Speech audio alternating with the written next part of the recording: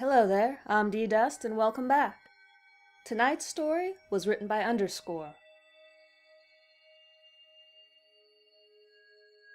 Hospital food. I was a nurse at Stockfield General Hospital for a couple of months.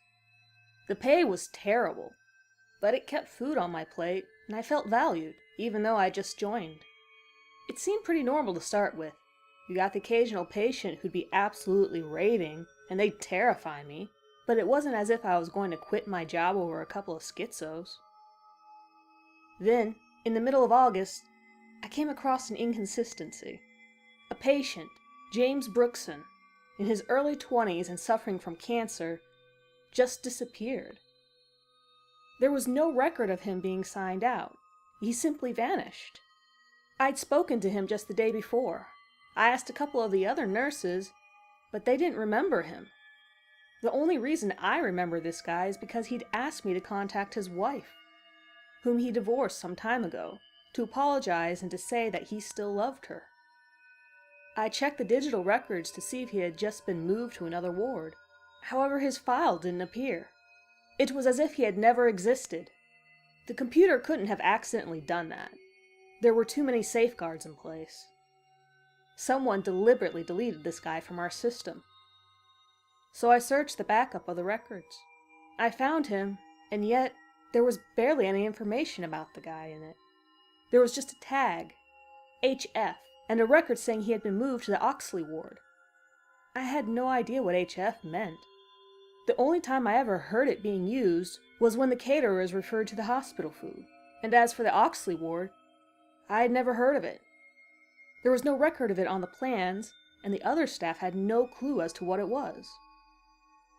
That night, when I got home, I looked at the hospital's blueprints online. There it was, in the basement, just down from the catering area. When I got into work the next morning, I was in a much brighter mood. I had found him. Me, being the idiot that I was, had forgotten that he had been moved. After completing my normal rounds, I headed down to the lunch hall. I planned to use the rest of my lunch break to check up on him, in the Oxley ward, when I was interrupted by the hospital's director. I'd never liked him. He always seemed to be searching for some reason to dislike me. Today, it was like he had deliberately crossed paths with me, although he acted surprised when he saw me. His voice sounded on edge as he spoke, and his bushy mustache twitched in a peculiar fashion. "Ah, Scott, good to see you. How's your day going?" "Good. Thank you, sir," I replied. The way he spoke was odd, strained and slightly hurried, as if he wanted to skip over the small talk and get to a more pressing subject. "I've been meaning to speak to you. It's a happy coincidence that we met," he said, eyes darting up and down my face, as if he was trying to see if I suspected him of wrongdoing. "Oh?" I responded, wondering whether it really was a coincidence. "You see, I've been hearing from the other staff that you've been inquiring about some, Oxley ward? Is that right? Because I've never heard of it." Our meeting definitely wasn't a coincidence. His voice had taken on a very controlled, practiced tone. Yeah," I said. "I lost track of a patient, and the record said he was moved there. If you want, I could help, although I'm sure we don't have a ward of that name." My brain went haywire. He had to be lying. But why? There was definitely an Oxley ward on the plans. "I was just going to use my break to try and find him," I said ambiguously, not mentioning the basement. "Oh, didn't you hear? Janice called in sick. You're going to have to sacrifice your break." I walked back to the Curie ward, damning the manager to hell. I grudgingly continued with my rounds, not fully concentrating and thinking about the mystery of the Oxley ward. A woman caught me muttering to myself about it and asked me if I was okay. I got angry and told her to piss off, which I think shut her up quite well. Suddenly my shift was over, and I almost ran to the basement. I wasn't gonna let some bastard director interrupt me this time.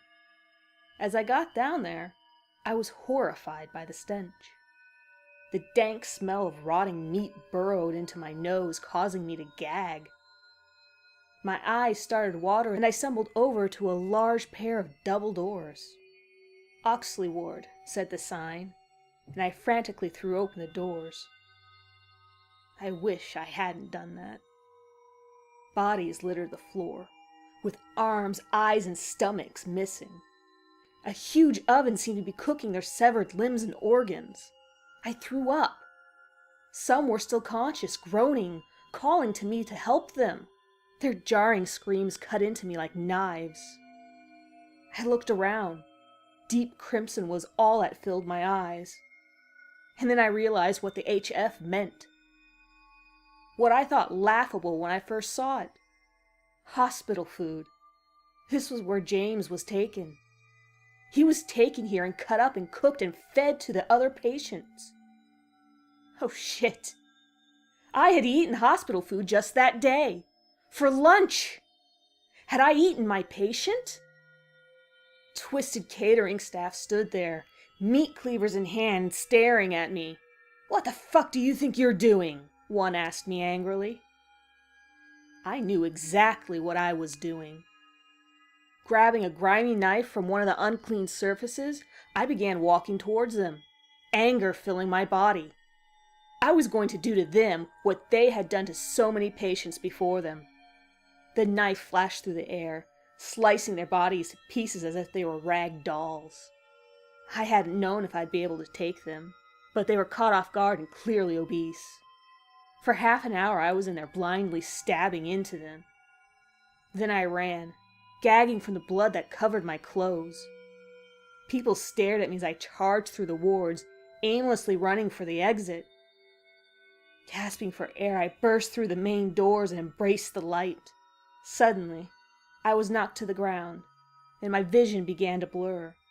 Blackness clawed at the corners of my eyes, and I gave up, letting the bliss of unconsciousness embrace me. Case File 11372. Scott Jameson. Patient suffers from extreme paranoid schizophrenia and constructs intricate plots to explain his delusions.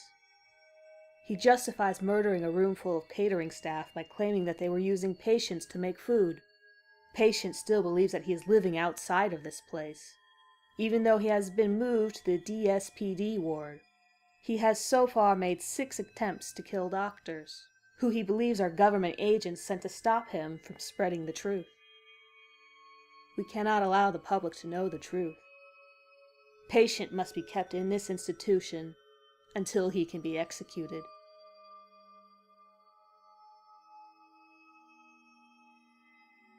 Thank you for tuning in. If you like this story, leave a like and check out Underscore's other stories in the link below. Consider sharing and subscribing to the channel to be alerted to new uploads. If you'd like to see something specific on my channel, leave a comment and I will look into it. Good night, everyone.